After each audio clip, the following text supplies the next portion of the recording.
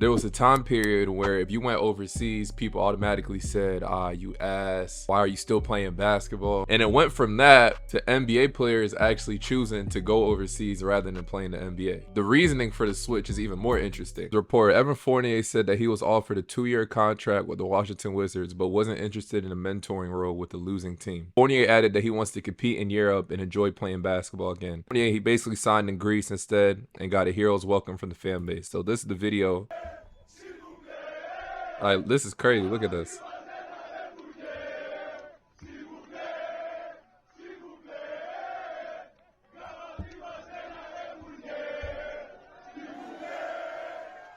That is wild, though. I ain't gonna lie.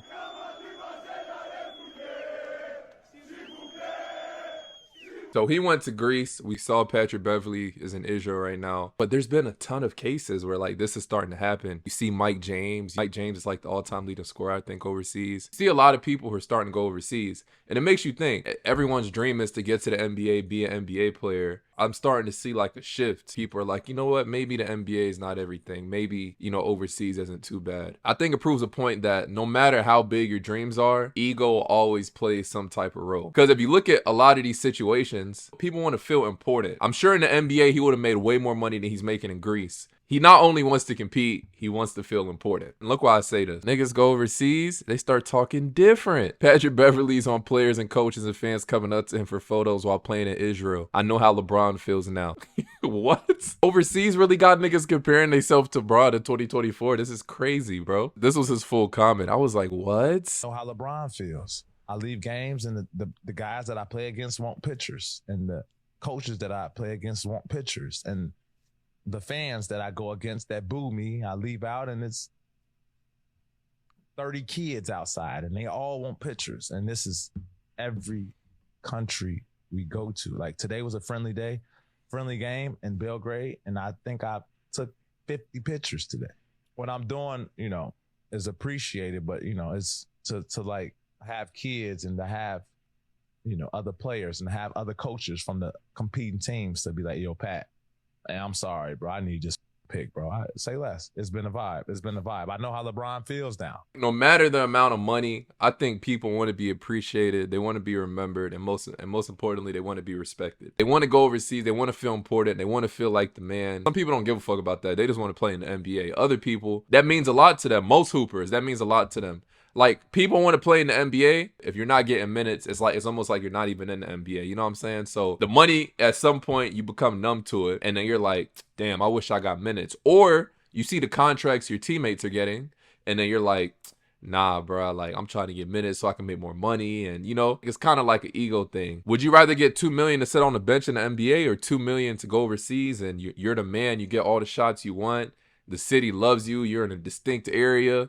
Like, which one you picking? It's a tough choice. Can you live out the country? They got different customs. You go out there, they might treat you like you MJ. Look how Patrick Beverley's playing, bro. Look, they got this nigga looking like prime Kyrie. Not to say he's not still in his prime, but like, Pat Bev is never doing this in the NBA, my nigga. I don't give a fuck if he gets 30 minutes a game. Like, what? This nigga out here moving different. Like, I can't even believe this is Patrick Beverley, bro.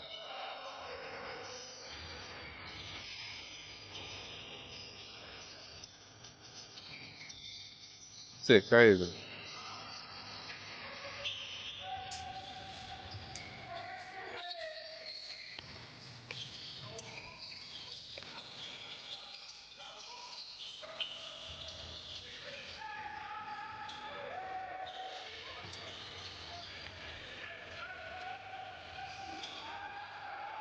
And not to say he's like, Pat Bev is nice as fuck. I'm just saying it's just wild that a change of location and responsibilities, meaning like you get more opportunity. They're a completely different player. You got what I'm saying? Like he probably wouldn't average 15 or 20 in the NBA because that's not his role.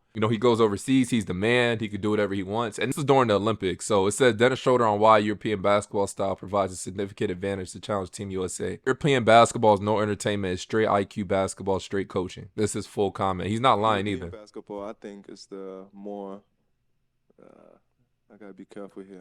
I think it's European basketball is no entertainment. It's straight IQ basketball, straight coaching.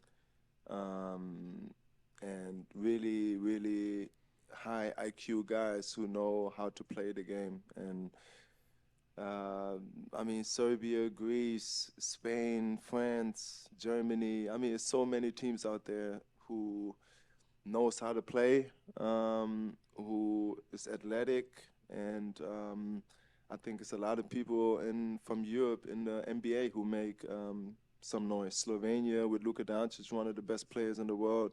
Of course, I mean the USA is one of the best leagues in the world, or is the best league in the world, but European, they come in for sure. Not lying by any means. The salary's increasing for overseas basketball. Like, a lot of people, you would rather just sit on a bench. Yeah, it's cool, you know, you in the NBA. It's better to say I'm in the NBA rather than I play overseas basketball. You know what I'm saying? So there's always perks that you'll get of being an NBA player. But as far as like being self-sufficient as a hooper and stuff like that, most people, they're gonna take that 2 million, go overseas and, you know, try to make something shake from that. But it's just wild how frequent it's happening, you know. These are like the current currencies for overseas players, right? So if you play in the CBA, the Chinese league, that's 1 to 3 million a year. Euro league, they're paying 500K to 800K, I think. But I think there's some $1 million contracts in the Euro league, if I'm not mistaken. Spain, 250K to 500K. Turkey, 250K to 475K. Russia, 200K to 450K. Italy, 150K to 350K. Israel, this is where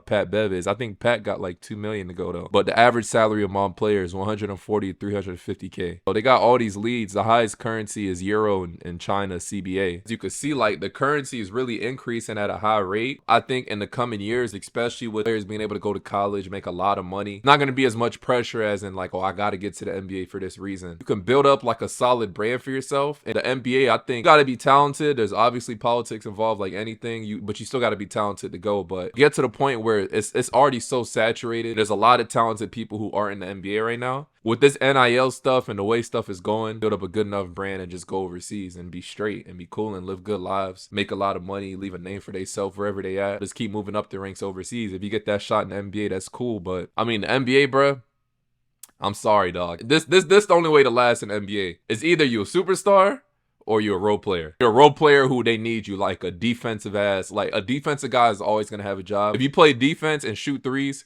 you always going to have a job in the NBA because the NBA is so superstar based. There's only so many jobs for that shit. A lot of people, you're going to see a lot of people go overseas, and a lot of motherfuckers don't want to do that. A lot of people want the ball in their hands. They want to be able to feel like they the guy. Throughout NBA history, there have been more than 4,500 players, and the average career length is 4.5 years. It's not surprising considering that basketball is a dynamic, fast-paced, very physical sport. So it's not common to see players over the age of 35 in the league, let alone 40. Even if you blessed enough to make it to the NBA, bro, life expectancy for NBA player is 4 to 5 years, bro. If you get out that bitch, get in there and establish yourself immediately, you are grass. Especially now, you're really grass. And it's going to become that for overseas as well. It's very tough. You know, it's interesting. One thing I have noticed is just seeing a lot of NBA players ditch NBA contracts and go overseas instead of playing in the NBA.